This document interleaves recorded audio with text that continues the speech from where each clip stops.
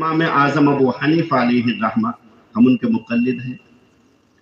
ایک مجلس میں ذکر چل رہا تھا امام صاحب کے بارے میں کہ وہ ایسے اللہ کے صالح اور نیک بندے ہیں کہ رات بھر سوتے نہیں، اللہ کی عبادت کرتے ہیں اور دن میں تھوڑی دیر آرام کرتے ہیں، اور اللہ نے ان کو بڑا بردباری کا مادہ دیا، بڑا برداشت کا مادہ ہے اس شخص کے اندر۔ تو ایک شخص کہنے لگا کہ میں تسلیم نہیں کرتا جب تک کہ میں تجربہ نہ کروں۔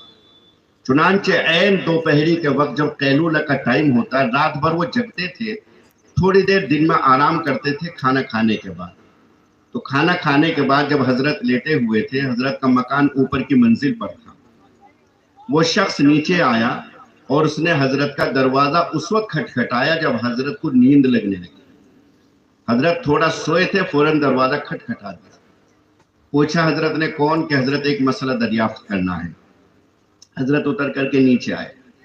جب تک نیچے آئے تب تک اس شخص نے کہا کہ حضرت جب آپ نیچے آ رہے تھے تب تک یاد تھا، آپ نیچے آئے تو وہ مسئلہ میں بھول گیا۔ حضرت نے فرمایا کوئی بات نہیں بھائی۔ یہ کہہ کر کے حضرت پھر چلے گئے۔ اس شخص کو جب یہ اندازہ ہو گیا کہ اب حضرت کو پھر نیند آنا شروع ہو گئی ہوگی، پھر دروازہ کھٹکھٹایا کہ حضرت مسئلہ یاد آ گیا۔ حضرت پھر تشریف لائے۔ جیسے ہی تشریف لائے پھر یہی بات کی کہ حضرت وہ مسئلہ ذہن سے نکل گیا۔ حضرت پھر اوپر چلے گئے۔ پھر اس کو اندازہ ہوا کہ اب حضرت نے سونا شروع کر دیا ہوگا، پھر دروازہ کھٹکھٹایا۔ جب حضرت تیسری مرتبہ نیچے تشریف لائے تو حضرت سے اس نے مسئلہ معلوم کیا کہ حضرت مسئلہ یاد آیا، اور مسئلہ یہ ہے کہ بیت الخلاء کڑوا ہوتا ہے یا میٹھا ہوتا ہے؟ اب بتائیے کوئی مسئلہ ہے؟ نہ اس کا تعلق نماز سے ہے، نہ طہارت سے ہے، نہ زکوٰۃ سے، کچھ بھی نہیں، یہ تو بیہودہ بات ہے۔ لیکن پوچھا اس شخص نے کہ بیت الخلاء کڑوا ہوتا ہے یا میٹھا ہوتا ہے؟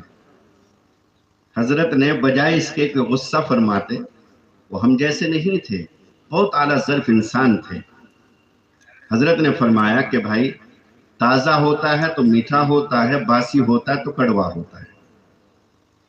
تو اس شخص نے اگلا جو جملہ کہا وہ اس سے بھی زیادہ بیہودہ تھا۔ اگلا جملہ اس شخص نے کہا کہ حضرت آپ نے کھا کے دیکھا؟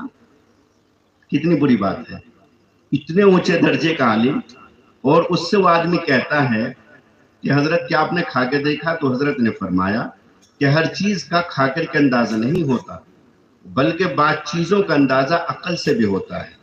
تم دیکھو گے کہ جب بیت الخلاء تازہ ہوتا ہے تو اس کے اوپر مکھیاں آتی ہیں، جو دلیل ہے اس بات کی وہ میٹھا ہوتا ہے، اور جب وہ باسی ہو جاتا ہے تو مکھیاں نہیں آتی، دلیل ہے اس بات کی کہ وہ کڑوا ہو چکا۔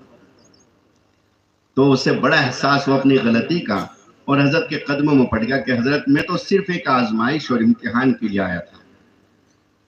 تو دوستو ہم لوگ ان کے مقلد ہیں۔ حضرت امام اعظم ابو حنیفہ علیہ الرحمہ اتنے اونچے درجے کے آدمی کہ ایک مرتبہ ان کے پڑوسی نے اپنا مکان فروخت کرنے کے لیے نکالا، تو اتفاق کی بات جو خریدار آیا تو اس خریدار نے پوچھا کتنی قیمت ہے؟ انہوں نے کہا 20,000 درہم۔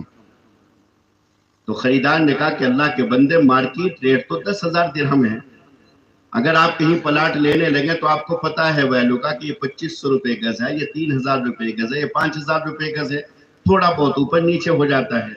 تو مارکیٹ ریٹ تو 10,000 درہم ہے، یہ 20,000 درہم کیوں مانگ رہے ہو؟ کہنے لگا کہ مجھے بھی پتا ہے کہ مارکیٹ ریٹ 10,000 درہم ہے، لیکن 10,000 درہم میرے مکان کے ہیں، اور 10,000 درہم امام ابو حنیفہ کا پڑوس ہونے کی قیمت ہے، اس لیے کہ دنیا میں چراغ لے کر کے تلاش کر لینا، تجھے امام ابو حنیفہ جیسا پڑوسی میسر نہیں آئے گا۔ جب حضرت امام اعظم ابو حنیفہ کو پتا چلا کہ میرا پڑوسی مجبوری کی وجہ سے مکان فروخت کر رہا، حضرت نے اس کو بلایا، اور حضرت نے بلا کر کے پوچھا کہ مکان کیوں فروخت کر رہے ہو؟ انہوں نے کہا کہ حضرت میرے ذمہ قرض ہے، اور قرض مجھ سے ادا نہیں ہو رہا ہے، تو قرض کی ادائیگی کی وجہ سے میں مکان فروخت کر رہا ہوں۔ حضرت نے پوچھا کتنا قرض ہے؟ 10,000 درہم۔ حضرت نے 10,000 درہم اس کو دی اور یہ فرمایا کہ اللہ کے لیے مجھے چھوڑ کر کے نہ جاؤ، اللہ کے لیے مجھے چھوڑ کر کے نہ جاؤ۔ دوستو ہم لوگوں کا حال یہ ہے کہ اگر کسی پڑوسی کا مجبوری میں مکان بکنے لگے تو سب سے پہلے گراہک ہم ہی ہوں گے، اور کوشش کریں گے کہ اگر مارکیٹ ریٹ اس کا 10 لاکھ ہے تو 5 لاکھ میں مل جائے، 6 لاکھ میں مل جائے، اس کی مجبوری کا فائدہ اٹھائے۔